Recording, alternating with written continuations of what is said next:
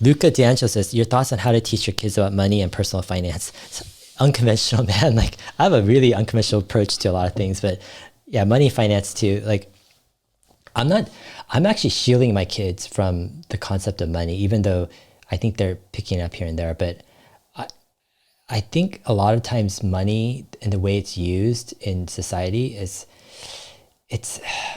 there's something like off about it.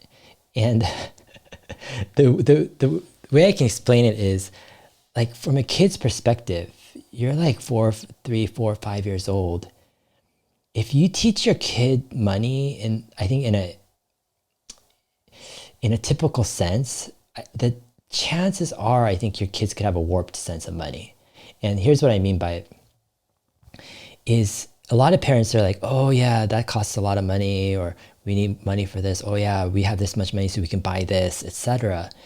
And from a kid, you have to look at it from their perspective. In their perspective, it's like, how in the world do my parents get this toy or this food or gas or this house or and like the kids are very perceptive, and like they quickly can understand, like, oh, they're giving this money, these things, right, in exchange for it. It's like, that's what I want. That's the valuable thing, right?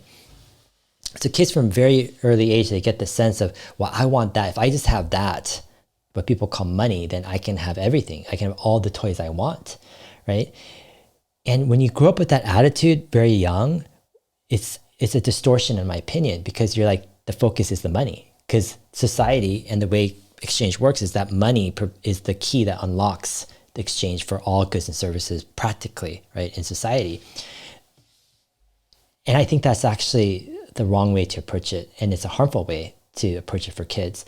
Like, ultimately, I think which is a much more healthy way is, a kid should know that, like, A, they can create value, right? Whether it's a service, whether you're producing a good, you're doing something, a value, people want that value, and they're giving you something where you could use whatever they're giving you for something else, right? Where there's this concept of exchange and bartering for stuff of value that you create. So you inherently encourage and motivate your kids to create skills of value, to learn how to build things of value, to learn how to direct their mentality to contribute things of value to others in society, right? Like, that's, I think, how you want to direct your kids toward, not this thing of, I just want those things, I just want money, right? I think a lot of times when we introduce the kids to money in a typical way, in an early fashion, without the right type of construct, you get a warped distortion of money.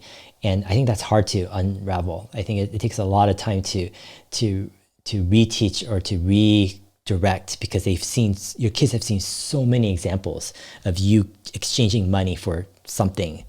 Like, they're convinced, they're absolutely convinced all they need is that money, and they can get anything in this world, right? You got to think about that. Is that the healthiest thing to grow up on? Is that what financial education is really about? Like, all I need is that money, and then my life is all set. It's like, yeah, man. We got to rethink. That's my personal view. You got to rethink how financial education is happening with people, how we teach our kids. Yeah.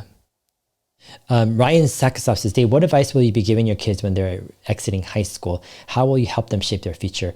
I hope I don't have to give them any advice when they're exiting high school, because I feel like it's kind of, I don't say too late, but that's man, they're pretty old by the time they exit high school, man. It's like, I'm giving my kids advice like now, because that's when they need it the most. And as they grow older, hopefully they'll have more and more questions. And I'm hoping by the time my kids turn 12 or 13, that they'll be pretty much like, I mean, physically they're almost at 12 or 13, they would be like almost physically an adult. So, I mean, I'm hoping around that time, yeah, it'll be, I'll have invested enough, in advice. I think a few things, like, I'm pondering right now. My first son is 6 years old, and he has like this crazy thing where he's drawing designs of apps all day long. Like that's his thing. Like we're homeschooling, but we're not really homeschooling.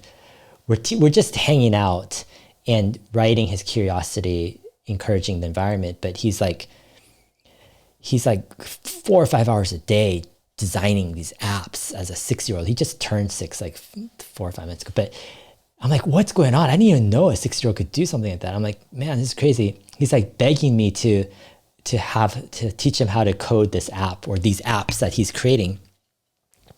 And and then like he's like starting to like edit videos. I'm like, what do you like?